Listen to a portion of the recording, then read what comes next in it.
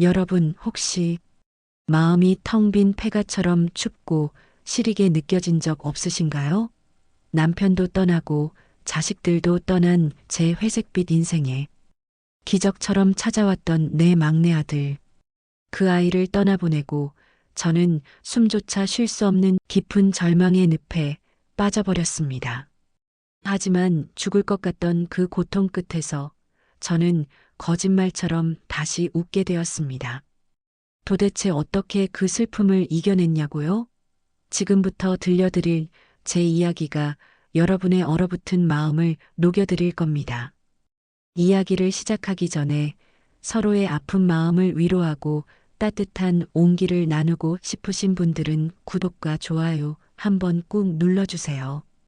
댓글로 사랑합니다라고 남겨주시면 큰 힘이 됩니다. 여러분은 마음이 무너져 내릴 때 어떻게 그 마음을 일으켜 세우시나요? 오늘 저는 제 인생의 황혼역에 찾아왔던 짧지만 기적 같았던 인연, 그리고 그 아이를 떠나보내며 겪었던 폭풍우 속에서 어떻게 마음 공부를 통해 평안을 되찾았는지 이야기하려 합니다. 자식들을 다 출가시키고 덩그러니 남은 우리 집. 남편마저 먼저 떠나보내고 나니 집안을 채우는 건 벽에 걸린 시계의 째깍거리는 소리와 제 늙은 숨소리 뿐이더군요. 세상이 온통 회색빛으로 정지해버린 것 같았던 제 60대의 어느 날 선물처럼 찾아와 제 삶에 총 1000연생 물감을 뿌려준 녀석이 있었습니다. 바로 제 늦둥이 막내 아들, 고양이 보리입니다. 우리 보리는 참 묘한 아이였습니다. 겉모습만 보면 영락없이 도도한 왕자님이었죠. 턱을 콧대 높게 치켜들고 사뿐사뿐 걷는 폼이나 마음에 안 들면 꼬리를 탁탁 내리치는 모습은 어찌나 깐깐한지 모릅니다. 그런데 참 신기하죠?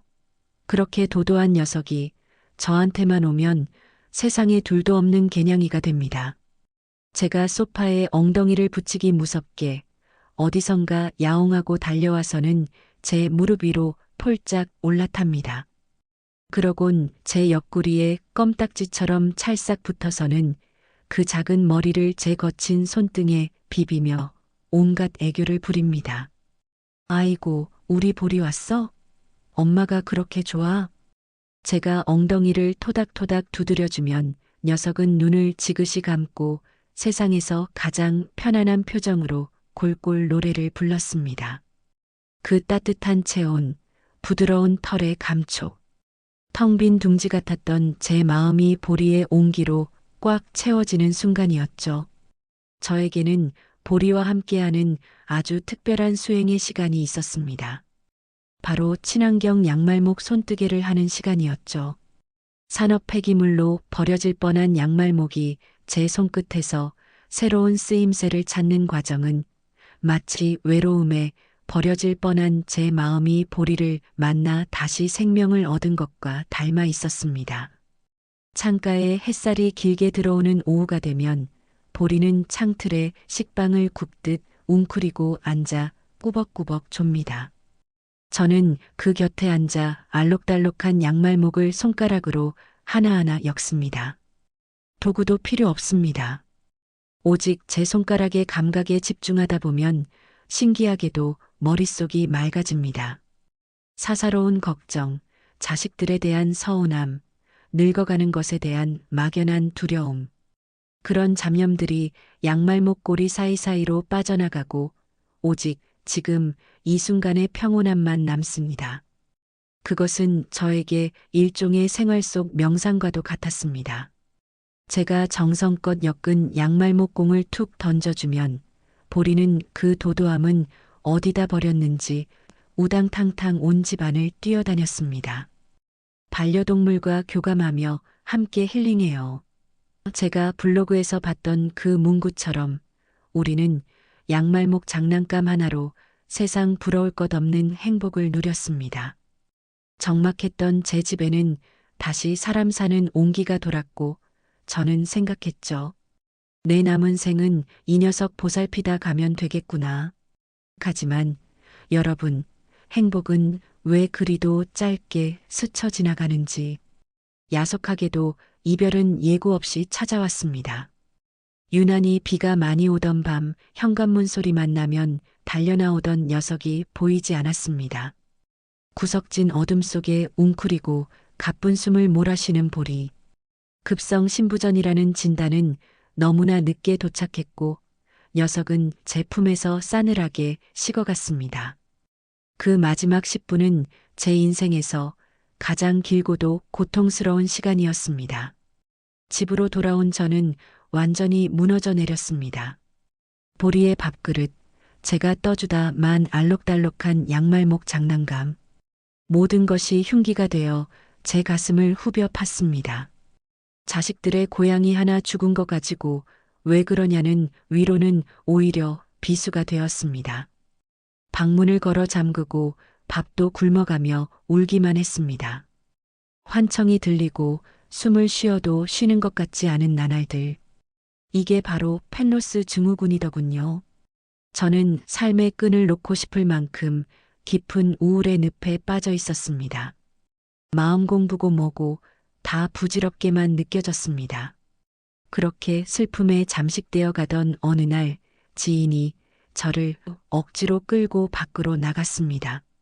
부산에서 아주 큰 행사가 열리는데 마음 치유에 도움이 될 거라며 데려간 곳이 바로 2025 부산 글로벌 명상문화 페스티벌이었습니다. 수많은 인파 속에서도 제 마음은 여전히 텅 빈 사막 같았습니다.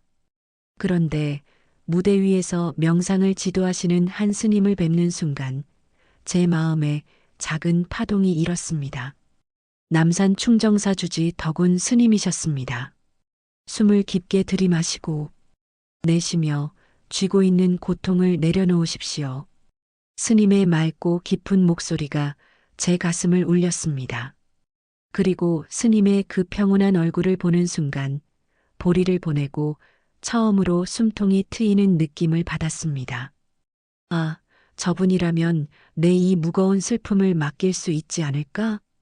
그 길로 저는 스님에 대해 찾아보았고 스님이 계신 서울 남산의 충정사에서 반려동물을 위한 49제도 지내주신다는 사실을 알게 되었습니다. 저는 즉시 서울로 돌아와 짐을 챙겼습니다. 보리에게 제대로 된 작별 인사를 해주고 싶었습니다. 사람에게 하듯 동물에게 49제라니 남들이 유난 떤다고 할까봐 두려웠던 마음도 사라졌습니다. 이것은 보리를 위한 길이기도 하지만 남겨진 저를 위한 마음 공부와 아픔을 치유한다는 생각이 들었습니다. 남산 한옥마을 인근에 자리한 충정사로 향했습니다. 품에 안은 보리의 작은 사진을 쓰다듬으며 걷는 그 길은 저에게 간절한 순례길이었습니다. 절에 도착했을 때 그곳엔 저처럼 작은 생명을 가슴에 묻은 사람들이 남기고 간 간식과 편지들이 가득했습니다. 나만 아픈 게 아니었구나. 그 연대감만으로도 위로가 되었습니다. 그리고 드디어 부산 페스티벌 무대에서 배웠던 덕운 스님을 직접 뵙게 되었습니다. 가까이서 뵈니 세상에 스님이 어찌나 맑고 잘생기셨는지 텔레비전에 나오는 웬만한 배우보다 더 고우시더라고요. 슬픈 와중에도 이렇게 인물 좋으신 스님이 내 이야기를 들어주시는구나 싶어 헝클어진 마음이 묘하게 정돈되는 기분이었습니다. 덕운 스님께서는 근엄한 표정이 아니라 정말 따뜻하고 자비로운 눈빛으로 제 젖은 눈을 바라봐 주셨습니다. 제 하소연을 다 들어주시고는 부드러운 목소리로 말씀하셨죠. 보살님 잘 오셨습니다. 이 또한 보리가 보살님 마음 편해지라고 맺어준 인연입니다. 그 진심 어린 말씀에 얼어붙었던 제 마음이 봄눈 녹듯 녹아내렸습니다. 드디어 49제가 시작되었습니다. 기도 스님의 목탁 소리가 법당 안에 울려 퍼지기 시작했습니다. 향 연기가 피어오르고 저는 눈을 감고 합장했습니다. 처음엔 미안함만 가득했습니다. 더 좋은 거 먹일 걸, 아픈 거 빨리 알아채지 못해 미안해. 눈물이 하염없이 볼을 타고 흘러내렸습니다. 그런데 참 신기한 일이었습니다. 스님의 낭낭하고 힘있는 독경 소리가 이어질수록 가슴을 짓누르던 무거운 돌덩이가 조금씩 가벼워지는 느낌이 들었습니다. 명상 페스티벌에서 느꼈던 그 평온함이 다시 찾아왔습니다. 제를 마치고 스님께서 제게 말씀하셨습니다. 보살님, 집착은 사랑이 아닙니다. 진정한 사랑은 잘 보내주는 것입니다. 어머니가 웃어야 보리도 가벼운 마음으로 무지개 다리를 건넙니다. 그 순간 깨달음이 왔습니다. 내가 슬퍼하는 것은 보리를 위해서가 아니라 나의 상실감을 견디지 못한 욕심이었구나. 제 머릿속을 꽉 채우고 있던 보리의 마지막 아픈 모습이 지워지고 햇살 아래서 배를 뒤집고 골골송을 부르던 제가 양말목 손뜨개를 할 때 옆에서 곤히 자던 그 가장 행복했던 모습이 떠올랐습니다. 마치 보리가 엄마, 저 좋은 데 갈게요. 그러니까 그만 울어요라고 말하는 것 같았습니다. 저는 그제야 보리의 사진을 똑바로 바라볼 수 있었습니다. 그리고 마음속으로 깊은 작별 인사를 건넸습니다. 고맙다, 보리야. 나의 막내 아들로 와줘서 정말 고마웠어. 덕분에 행복했다. 다음 생에는 더 건강하게 태어나렴. 그때도 우리가 인연이 닿는다면 꼭 다시 만나자. 49제를 마치고 절을 나서는 길. 들어올 때 천근만근이었던 발걸음이 거짓말처럼 가벼워졌습니다. 남산에서 내려다 보이는 서울의 풍경이 유난히 맑아 보였습니다. 바람이 불어와 제 땀을 식혀주는데 그 바람이 꼭 보리가 꼬리로 살랑거리는 느낌 같았습니다. 집으로 돌아온 저는 보리의 물건을 정리했습니다. 이제는 울면서 치우는 것이 아니라 이건 내가 참 좋아했었지 하며 추억하며 정리할 수 있었습니다. 남은 사료와 모래는 동네 캣맘에게 기부했습니다. 우리 보리가 쌓은 공덕으로 좋은 곳에 가겠지요.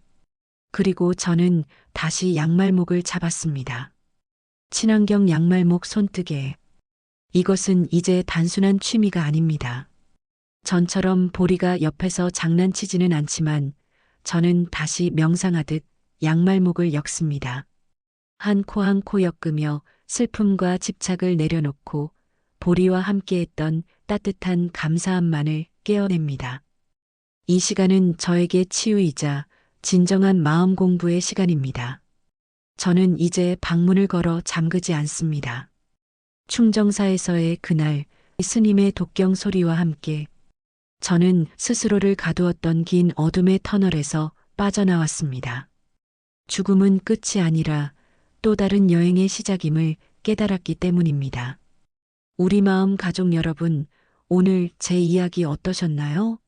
가족과 같았던 존재를 떠나보낸 상실감은 그 무엇으로도 쉽게 메워지지 않습니다. 하지만 충분히 슬퍼하고 정성을 다해 배웅하는 의식을 치르는 것, 그리고 그 과정을 통해 집착을 내려놓는 것이야말로 진정한 치유임을 알게 되었습니다. 혹시 지금 이 순간에도 이별의 아픔 속에 계신 분이 있다면 저처럼 자신만의 이별 의식을 가져보시는 건 어떨까요? 덕운 스님과 함께하는 명상의 시간을 갖든 조용히 양말목을 뜨며 마음을 비우든 말이죠. 떠난 아이들은 여러분이 슬픔 속에 잠겨 있기보다 함께했던 행복한 기억을 안고 다시 웃기를 바랄 테니까요. 오늘 이야기는 여기까지입니다. 여러분의 마음에도 그리고 무지개 다리 건너에 있을 우리 보리에게도 평안이 깃들기를 바랍니다. 들어주셔서 감사합니다.